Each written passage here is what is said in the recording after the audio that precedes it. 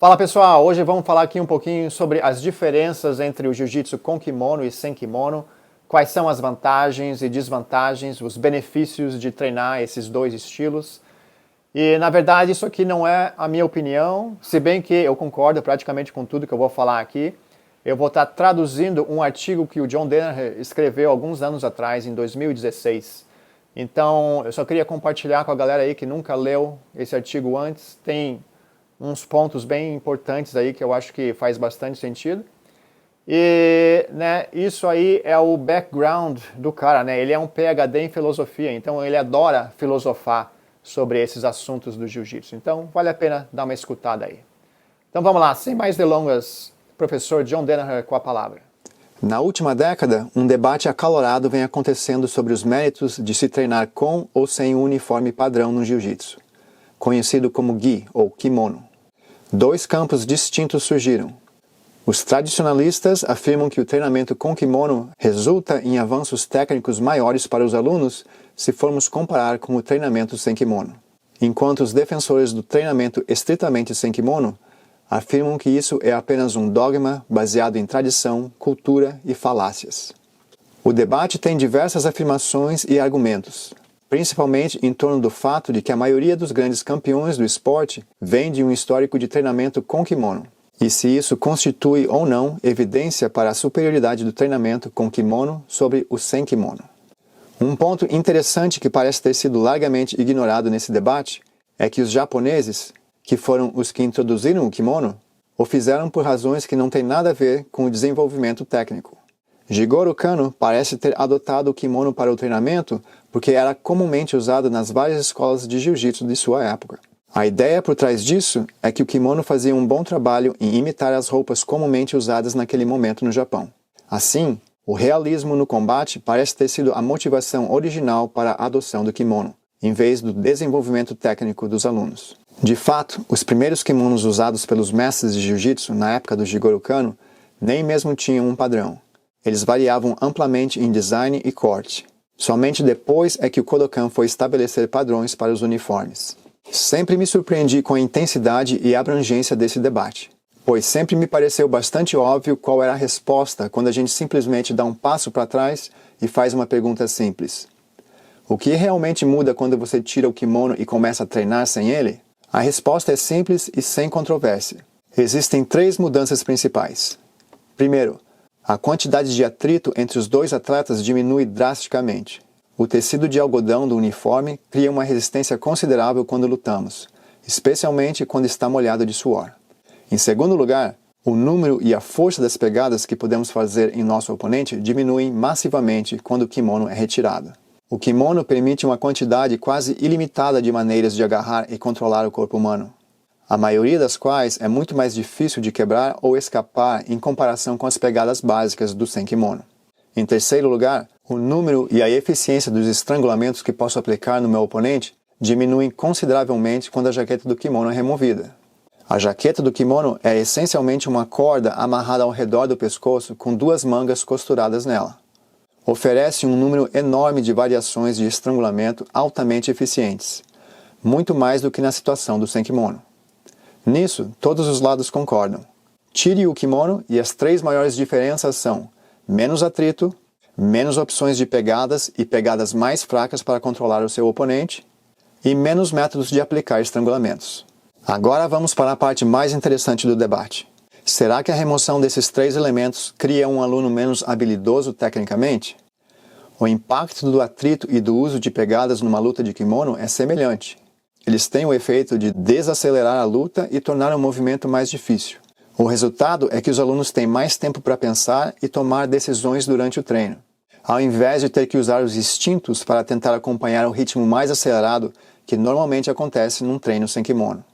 Mais importante ainda, à medida que o movimento se torna mais difícil, os alunos são forçados a se mover de maneiras que são mecanicamente mais eficientes para aplicar as técnicas, não podendo depender de atalhos e simplesmente usar a força e o corpo escorregadio para escapar de situações ruins. À medida que as pegadas e o atrito vão desacelerando o jogo, os alunos precisam lidar com as pegadas uma por uma para que possam progredir em direção aos seus objetivos, aprendendo assim paciência tática e movimentos sequenciais em condições difíceis e frustrantes, uma parte importante no desenvolvimento deles. Saídas das imobilizações, por exemplo, são geralmente mais difíceis com kimono do que sem. Somente o uso de boa técnica e bom posicionamento corporal é que vai permitir você escapar. Movimento desordenado e instintivo geralmente não será eficaz. Existem menos chances de que suas lutas se tornem uma correria maluca, onde a velocidade física supere a velocidade de tomada de decisões táticas, resultando em uma maior propensão para você aprender a se movimentar com propósito. Quando o kimono é usado, os alunos aprendem rapidamente o valor de proteger o seu pescoço vulnerável.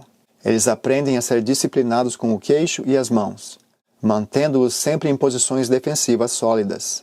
E aprendem a manter um olho atento para o perigo sempre presente do estrangulamento, a forma mais eficaz de ataque numa luta agarrada.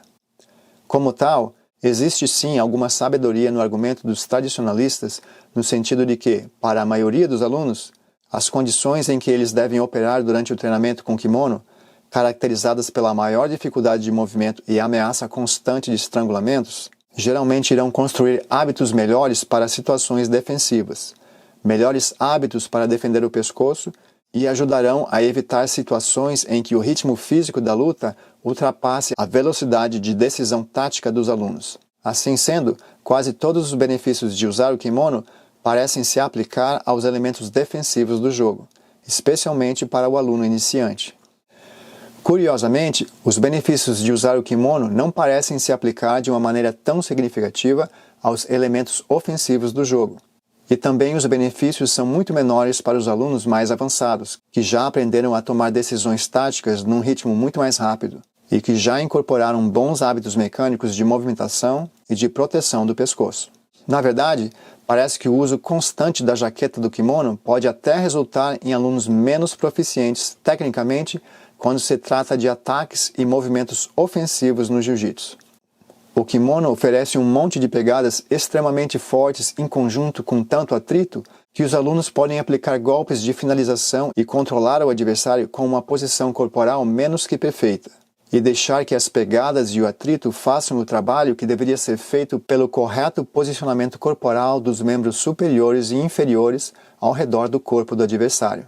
Como tal, muitas vezes os alunos ficam desapontados quando começam a treinar sem kimono e descobrem que a maioria das suas finalizações e controles favoritos são muito menos eficazes, devido às deficiências na posição corporal que foram mascaradas por anos de treino com o kimono.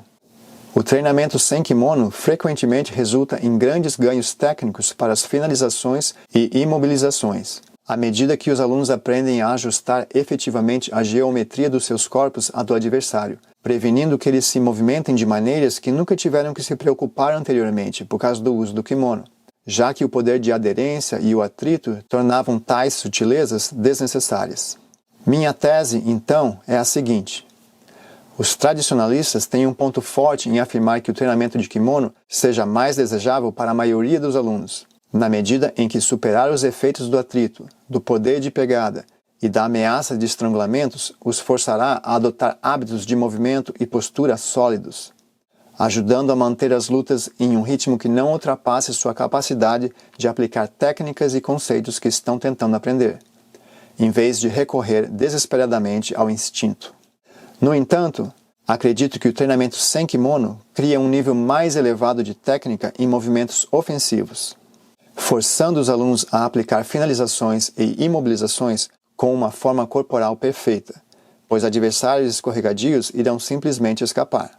Os alunos não podem confiar no atrito artificial e nas pegadas do kimono para tornar as finalizações e imobilizações eficazes, mas devem usar, ao invés, um posicionamento corporal perfeito. Em resumo, como uma regra geral, os elementos defensivos do esporte são beneficiados pelo treinamento com kimono, especialmente nos primeiros anos de treinamento. No entanto, acredito que os elementos ofensivos do esporte, como passagens de guarda, imobilizações e finalizações, se tornam mais difíceis quando o atrito, a aderência e a facilidade dos estrangulamentos de lapela são removidos. Isso força o aluno a aprender bons hábitos de jogar justo com a posição do seu corpo quando estiver se movendo ao redor do adversário, em um nível mais alto se formos comparar com o treinamento de kimono. Portanto, quando você estiver começando no jiu-jitsu ou tentando melhorar seu jogo defensivo, faz sentido ter uma predominância de treinamento com kimono. Quando se procura progredir nos elementos ofensivos do esporte e os movimentos e hábitos básicos já foram aprendidos, o treinamento sem kimono elevará o nível técnico do seu jogo. Observe, no entanto, que essas são regras gerais que se aplicam na maioria dos casos, não regras universais que se aplicam em todos os casos. Já vi alunos que treinam exclusivamente com kimono e possuem excelente movimentação ofensiva e postura, o que facilitou a transição para o treinamento sem kimono. E já vi alunos que treinam quase que exclusivamente sem kimono possuírem excelente movimentação defensiva. Eu sustento, então, que o treinamento com kimono pode ajudar a levar a maioria dos alunos a níveis mais altos em habilidades defensivas, especialmente nos primeiros anos de desenvolvimento, enquanto o treinamento sem kimono beneficiará a maioria dos alunos na construção de um jogo forte ofensivo, especialmente aqueles que já fizeram bons progressos nas habilidades básicas do esporte. No entanto, lembre-se que a divisão entre esses dois modos de treinamento nunca deve ser enfatizada demais. No final das contas, o objetivo do jiu-jitsu é controlar os movimentos do corpo do nosso adversário, não as roupas que ele está vestindo. Os melhores atletas do nosso esporte são altamente eficazes em ambos os cenários. Se houver uma redução drástica na eficácia do seu jogo quando você muda de um estilo para o outro, significa que algo está errado com o seu jogo e que precisa ser corrigido. Os princípios fundamentais do jiu-jitsu vão muito mais além do que as roupas que nós estamos vestindo. Concentre-se nesses e o debate será colocado em uma perspectiva muito melhor.